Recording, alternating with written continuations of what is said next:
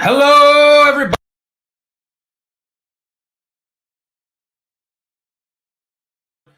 My mic was muted. I was killing it. It is good to talk to you. It's Scott Payne, PM Master Prep, here to solve all your PMP problems and get you your PMPs. I see that people are rolling in. I love to see it. What's up, Cheryl and everybody else? So tonight, for 30 minutes, we're going to go deep into PMP. And we're going to cover a couple questions. We're going to answer your biggest questions. So fire them down there. What's up, Robert? You were always here. And if you're on this, share this out into the ether webs for all the other people to find it. So let's not waste any time right now. Let's just say right now, type in your answers, type in your questions, not your answers. I give the answers. Type in your questions down below. Anything big you have PMP wise, how to prepare for the test, concepts that you're confused by, you're scared about the exam or something, you're worried about whatever. Doesn't matter. Put it down below. I'll answer it. While you do that, we're going to answer a question together. All right. And so as I threw this up on the fancy board right there, the way we solve questions matters, okay? So if you're new to this, I'm the creator of PM Master Prep. We have the highest pass rate in PMP history, right below 99%, a real 99%, and it's due to a couple things. First of all, how we look at the content, we bring human side to it, make it logical, and how we solve problems and how we talk through it, all right? So, okay, I love this. Robert, you're putting in there questions. I'm going to answer them later. So right now, we're going to answer this question together. I got my coffee, first cup of the day. Here we go. All right, so it says, what do we want to do first? We want to align ourselves with the question. Those out there, get on the train, read the last sentence first. That's how you get clarity in your mind. So this one says, which situation would result from a lack of servant leadership? So right off the bat, it's framing us to, okay, servant leadership, what's that all about? Agile concept. It's about being like a selfless leader, putting our teams first, creating the condition, all those things. And it also says the lack of servant leadership. Let me get a pencil up there. Let me highlight that. So we got to think in backwards land. We got to think of bad stuff. So we want to think of like all the bad stuff. Don't get tripped up, because when you go into this, you might be thinking servant leadership. That's a great concept. I want to be that kind of leader. I'm going to look for everything servant leadership. Nope. Look for a reverse land. All right. So now we go to the question and we try to understand it. That's number 2. So we read it from the top down. Here we go. It says, a project manager experienced in predictive methods, okay, is taking on an agile project for the first time. That got to be scary, right? So you're used to running it the old school way. Now you got the agile way. First time, I understand. To help in adjusting, the project manager makes a watch list of situations that arise from inadequate action as a servant leader. So this guy or girl is being proactive, saying, these are the things I got to look out for. If I screw this up, these are the markers of it. All right. Then it says, which situation would result from a lack of servant leadership? That's awesome. So what do we want to do here? Number 3, everybody wants to run to the answers. That's the sexy thing to do. Go to the answers. But in reality, the people that score the highest are the people that think and slow down. All right. So let's do that. Take a breath. What do we do here? Like, what is a lack of servant leadership? What would that look like? Well, our team would probably be disengaged. They probably would feel alone on an island. They'd want to jump off the ship, in a sense. Management and the other teams would probably be like, these people don't know what they're talking about. They're running around. It's not self-organized. It's just chickens running all over the yard. Ain't good there. Probably would miss a bunch of deadlines. You'd have poorly formed sprints. Wouldn't be executing well. It'd just be bad news all around. There wouldn't be a respect between people. There would be deviations in like management and regular workers and the dev team. It'd be bad. All right. So that's my assumption right there. If you guys write down below, like, what would bad servant leadership look like to you? I'll wait. It's important that you put yourself as the hero or heroine in this story and all project questions so that you can say, oh, this is what I think. Because the only way you're going to learn through these questions is to reflect. All right. That's the thing that nobody tells you, because I don't think they've reflected. Tough on them. But if you think about, predictive, initiating, planning, executing, monitoring, controlling, closing, what's the interaction between executing, monitoring, controlling? Executing gets the work done. Mind controlling comes back and has a perspective, looks on it. How are we doing versus our goal? Same thing here. How are we doing as far as what we think in the question and what we think the answer is? All right, philosophizing time over. All right. Now, let's go and evaluate the answers. Here we go. I'm still here, the camera, whatever. So we're going to go back to me right there. We're going to evaluate the answers one by one. So remind, we're looking for bad stuff, bad servant leaderships. So the way I do this is I remind myself, okay, if we had bad servant leadership, and then I read A. So if I had bad servant leadership, the team would avoid taking on challenging tasks. Yeah, that's true, right? They would avoid it because they wouldn't feel supported. They wouldn't want to take the risk. They wouldn't be energized, all those things. What is up, Benita Lee? I know you. I'm going to get to that question in a second. Keep them going and share with your friends. So yes, if we had servant leadership, that would probably happen. We wouldn't want to take on challenging tasks. Sweet. Then I restate, right? Trying to keep our mind. You see how I'm not running through like a racehorse, getting confused, getting lost, having to read a bunch of times? No, I'm one by one. We got Benita Lee. She's a coach for us. She's a killer. She follows through this same thing over and over. So yet again, if I was a bad servant leader, my team members would avoid direct communication with other departments. Yeah, they would probably avoid communication with everybody. So that seems bad. Okay. Now, if I was a bad servant leader, go to C. Team members would raise impediments they're unable to eliminate. Huh? No. If I was a bad servant leader, they probably wouldn't raise impediments. They'd probably just like, I got to get off this project. So we're not going to go with that one. And you see how that feels weird because servant leadership feels like a good thing. We're on the negative side. Ugh. We just got to keep our mind organized. And we do that by hanging on to what the focus of the question is and going through to D. All right. So if I was a bad servant leader, high performers on my team would move to more senior positions. Well, I mean, maybe, right? Maybe our stars would jump and go get somewhere else. But I wouldn't think they'd be jumping to higher positions or getting this, the shine on them that would allow them to jump off. I think they jump sideways, down, out, up, underneath, anything. They just try to get the heck away from us. So would our high performers in the team move to more senior positions? Maybe, but probably not. Not a direct relationship of bad servant leadership. If we're good servant leaders, we're going to understand them. We're going to develop them. We're going to build them. We're going to try to get them into the spot where they're going to be most capable. And we're going to make them a better leader, a person, a developer, whatever. And sure, they might go to better positions, but not if we're bad. Right? We're not going to help them. Lastly, I hope this one's right because we got to pick 3. It says, if I'm a bad servant leader, project stakeholders express skepticism of agile methods. Yeah, probably. Yeah, they would probably be like, nah, I'm not into this. This is all just a hullabaloo. This is all marketing. This is no good, like agile and anything. So these 3 things would be the things that we would look for, right? For bad servant leader. Now, we have decided, right? That's our answers. Boom, we make a decision, and you know what? We live with it. So here we go. We got it right. Good job, everybody out there. Right? Bang, bang, bang. We only read it once. I did a lot of philosophizing. We talked about it. We logicked through it. We made the case. That's how you do it. And then what do we learn? If we missed this question, great. If you got it right, great. I don't care because you learn every single time. So boom, could I identify what servant leadership is? Yes or no? Then I go deep into that. Could I have a methodology and approach for saying, it's an inverse problem, lack of? Do I have a methodology for managing that? Now you do, right? Can I have a structure to organize these things? If you mess it up, you go back and figure it out. And all these things you can learn from. So awesome, awesome, awesome. Let's bounce back to main screen.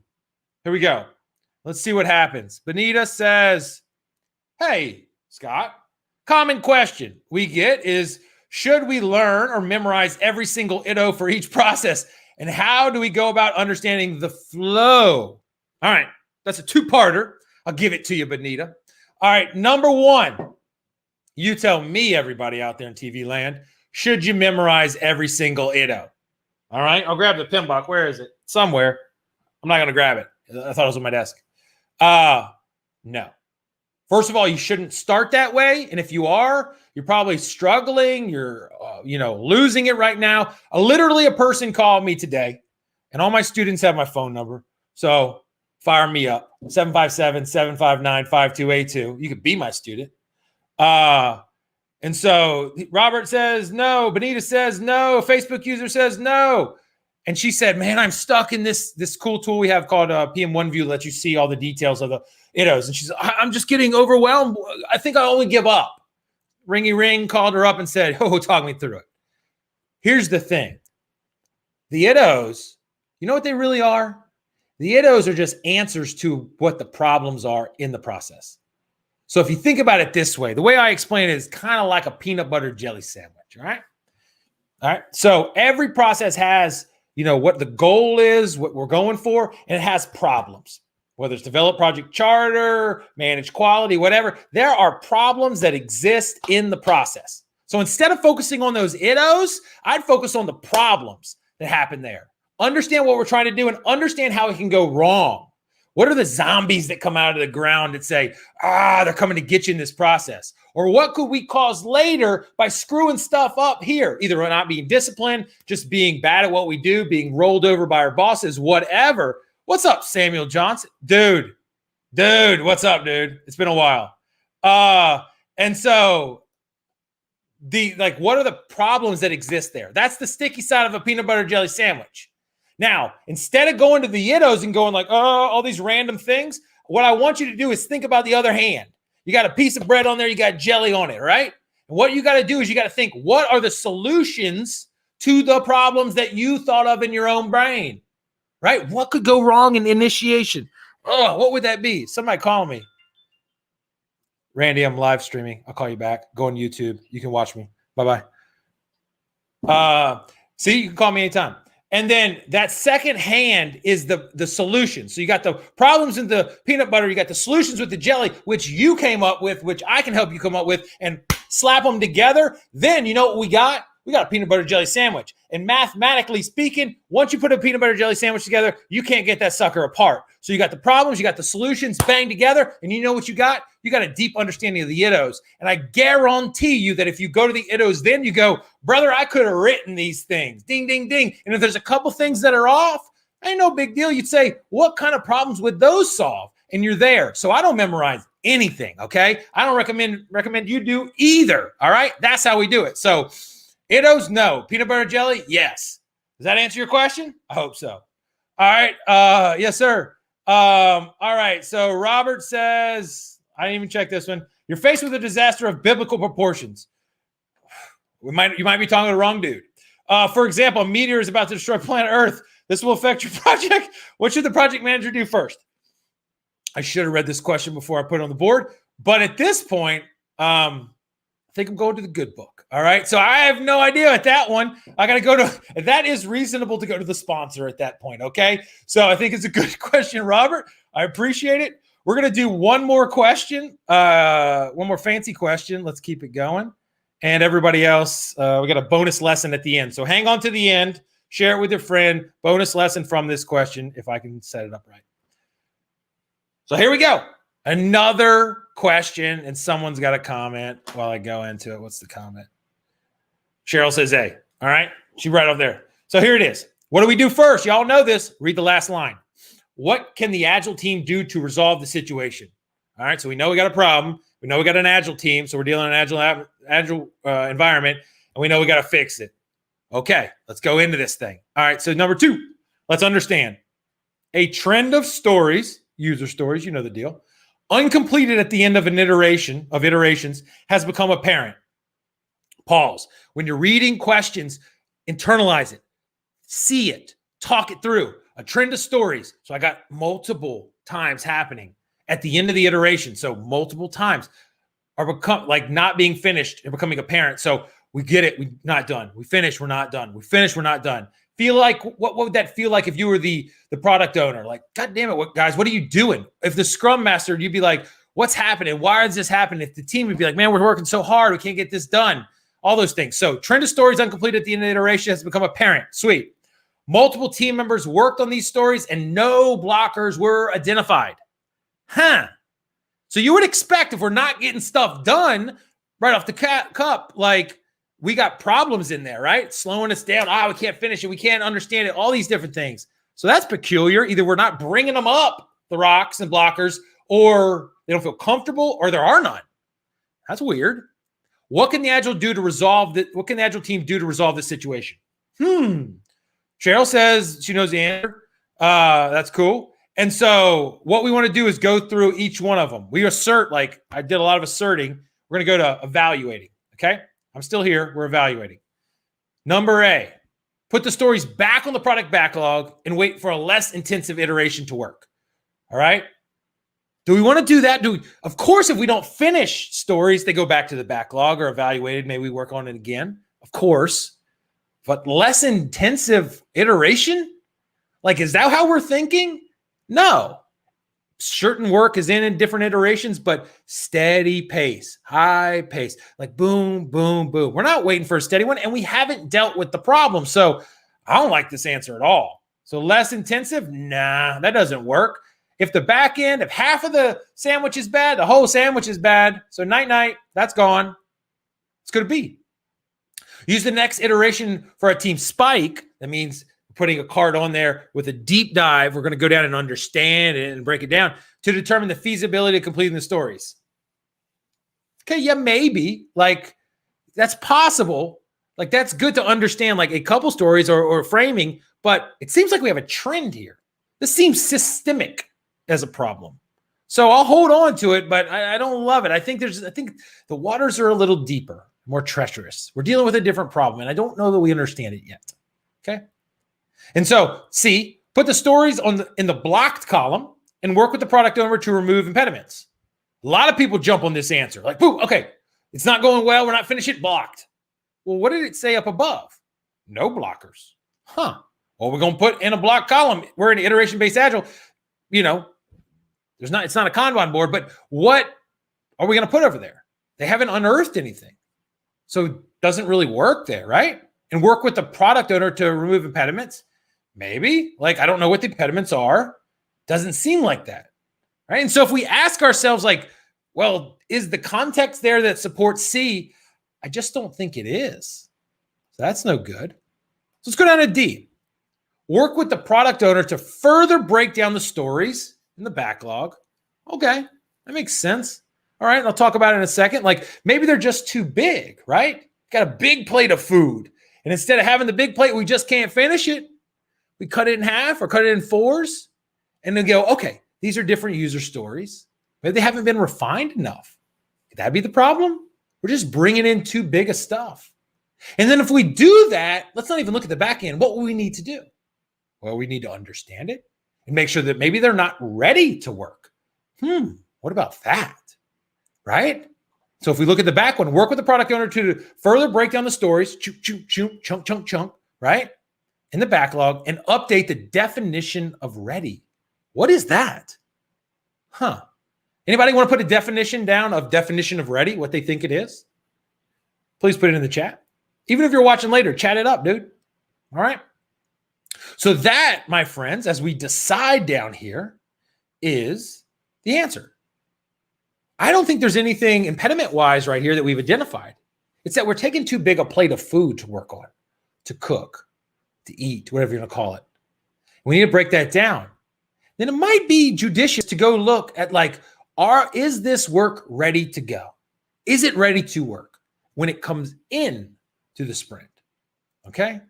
That's where we should look. So as you learn from this, I think this is a really great thinking problem to say, okay, how do I understand where the issues might occur or might be driven to get the work done in an iteration?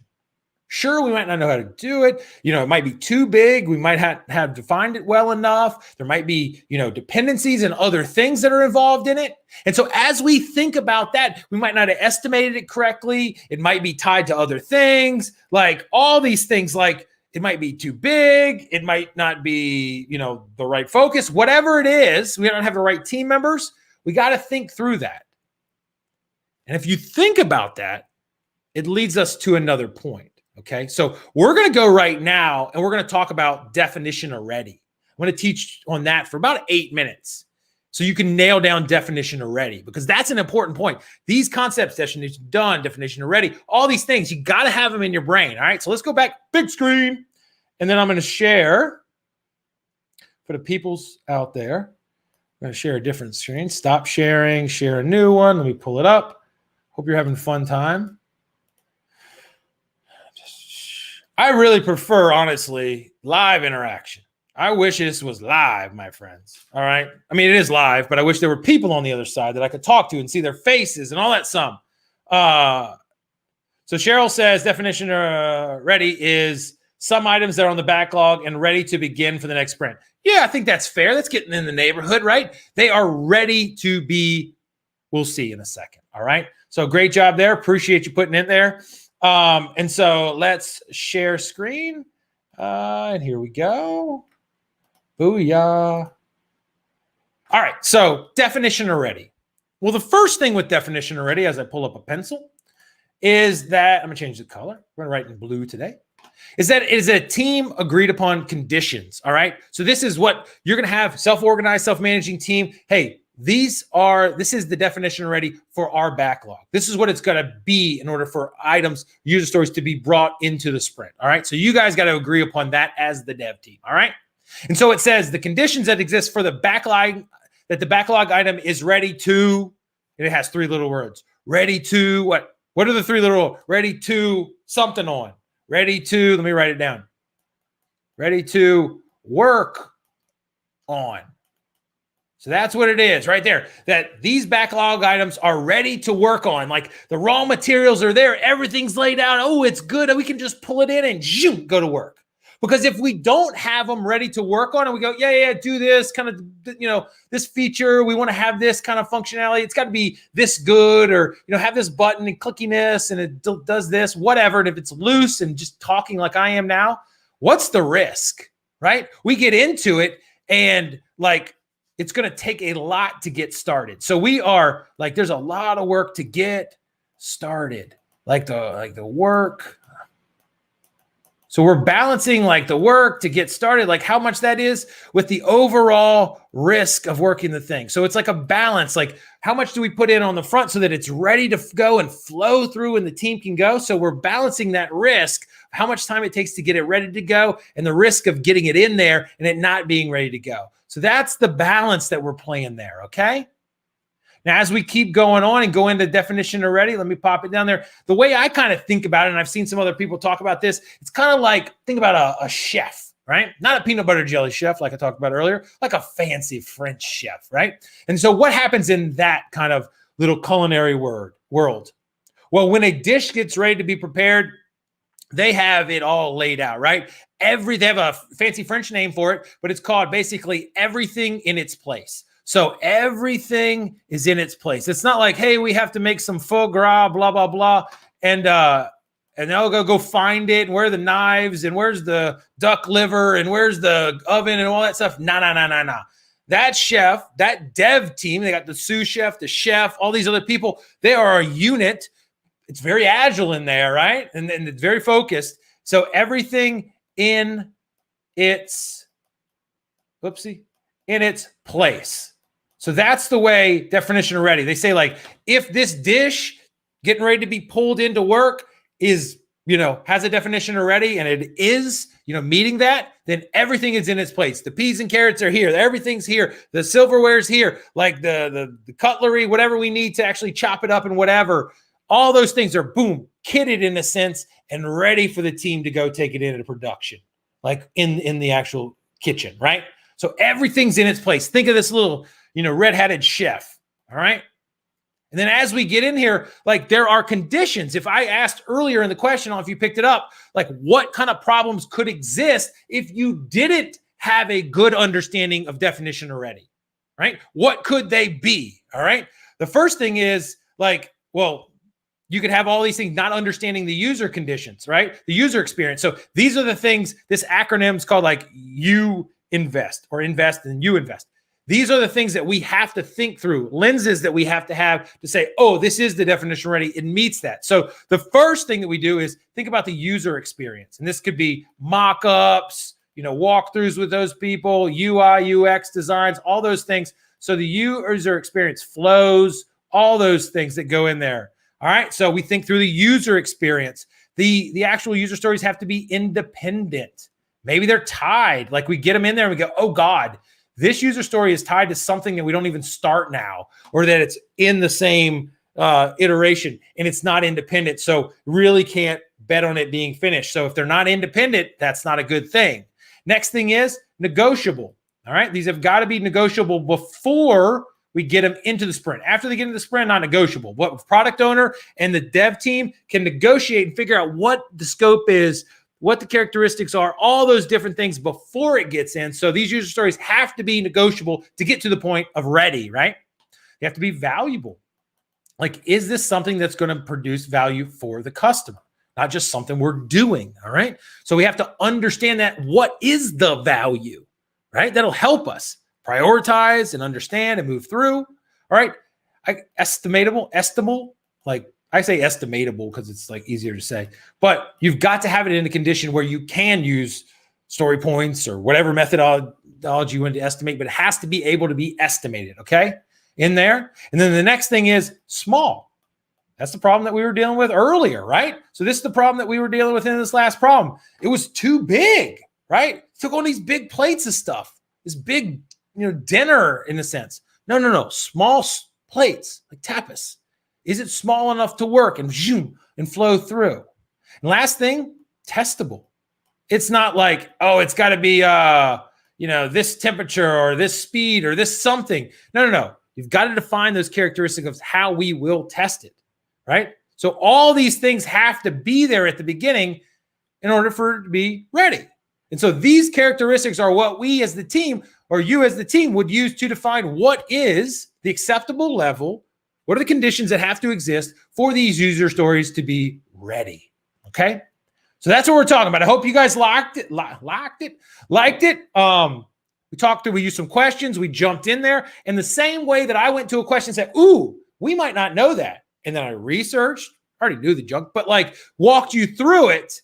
It's the same thing that you can do. Now, the cool thing with us, if you work with us, I'm going to stop sharing. We do this all the time. This is the only way that we operate. So if you'd like to work, I'll make the case now. If you'd like to work with us or understand, we do coaching calls every day of the year, except for Sundays and Mondays, but all the rest of them.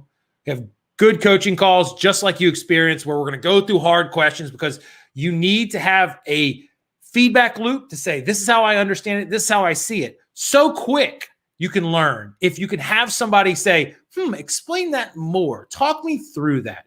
And really get to a point where you can understand it. So if you want to have that kind of support and those things, it's non-negotiable. If you want to pass efficiently and quickly and actually learn stuff, dude, find somebody that can help you out like that. I know that there's nobody better in the world than our team to do it. So if you want to reach out and talk to us, sit in a coaching call tonight or any other Wednesday, Thursday, Tuesday, whatever, go to our website, PM Master Prep, hit contact Scott, get the help. Just put in your basic situation. You'll talk to me or one of my team, and we'll throw you in a call, see where you are, help you out, give you advice. If you want to come tonight, literally send me an email, scott@pmmasterprep.com, and I'll get you in a coaching call tonight. We'll run you through the paces. We'll see how you're doing. Before you know it, we'll be smiling. So that is it, my friends, plural.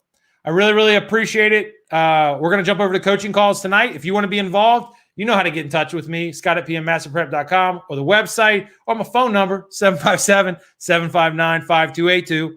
Ringy ding, you can call me. All right, guys. I will talk to you later. See ya. Adios.